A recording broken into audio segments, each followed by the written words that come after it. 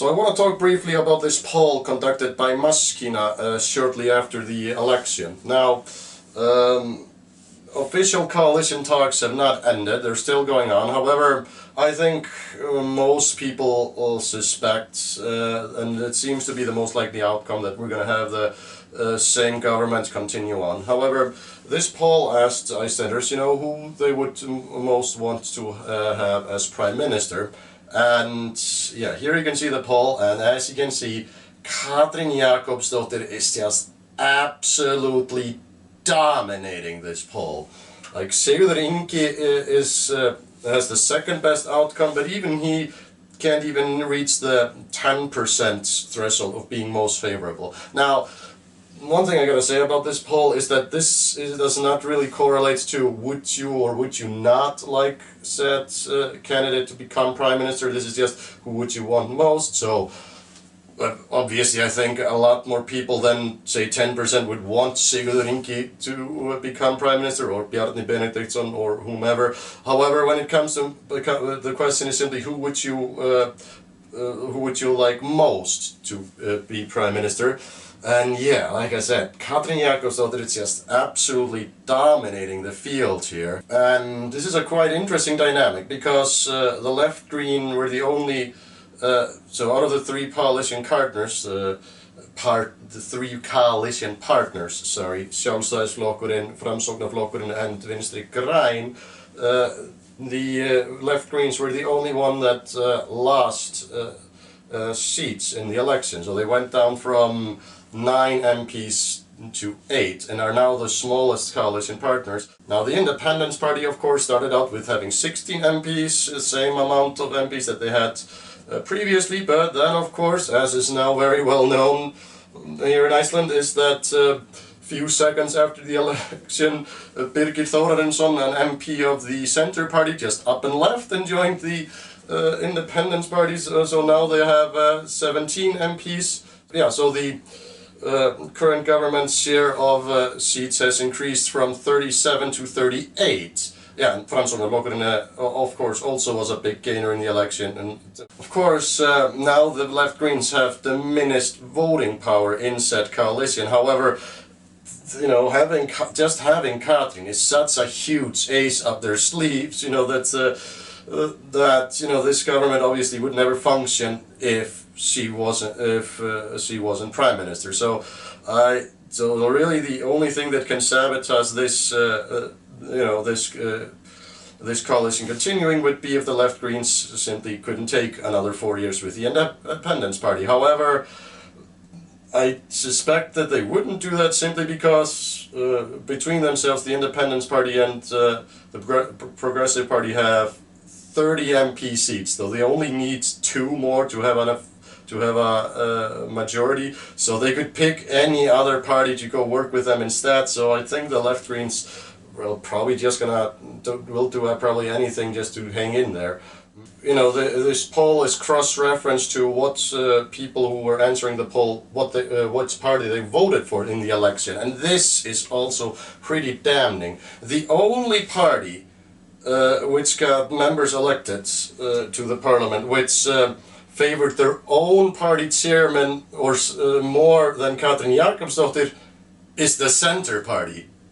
Give them a little bit of credit here for, I don't know, actually I don't know what I'm giving them credit for, just, to love their own man more than Katrín, yes. But yeah, so that means that, yeah, even a higher percentage of those who voted for Sjálfstæðisflokkurinn would rather have Katrín Jakobsdóttir as Prime Minister rather than their own chairman, Bjarni Benediktsson.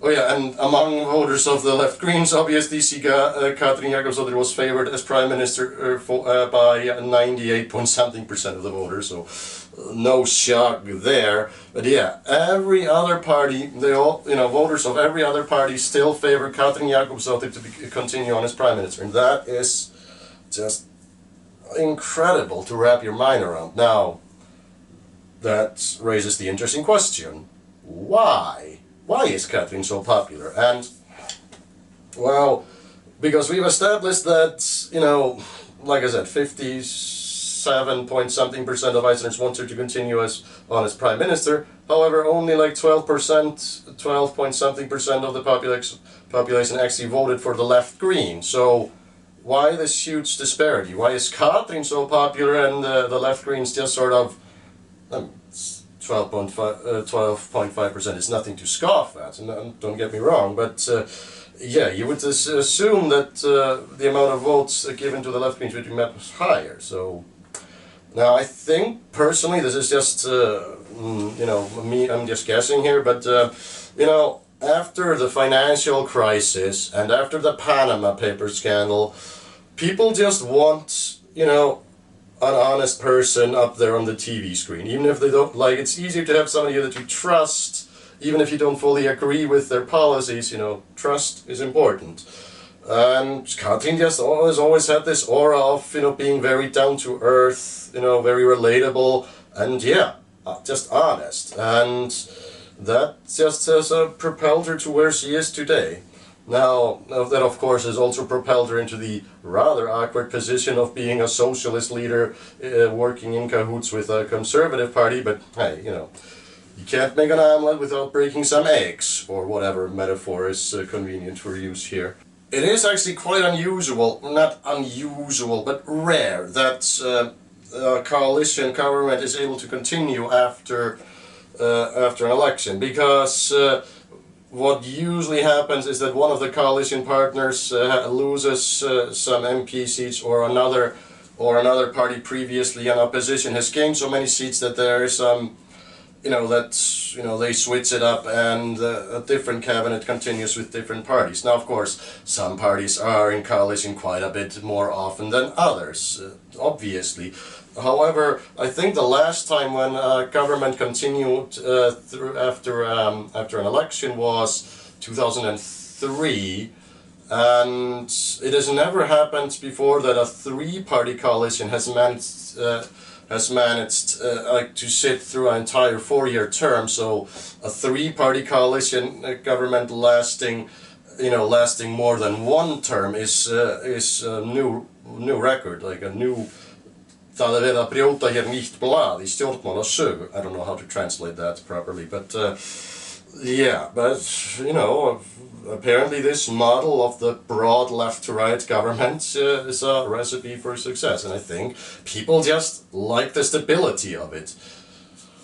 Yeah, stability is a very nice thing and a very underrated thing in politics, and a very useful tool to get all sorts of shit done. Anyway. That's all I wanted to say. I just wanted to cover this interesting poll and, you know, its ramifications and stuff. It's very interesting. And in case you're wondering about the recount thing about the northeastern district, I don't actually know what to say about that. Like, it's very well, like, you need to be a lawyer, I think, to fully understand, you know, what the ramifications of that. And I am obviously not a lawyer, so. You know, you need to find someone else to explain that better for you. Anyway, I hope you found this video interesting and all of that. Endilega deilið þessu myndbandi og likeið og allt svona, og við sjáumst vonandi bara bráðlega. Bye! Very interesting poll, and it just shows that, it is also very interesting if... Who the fuck is calling me?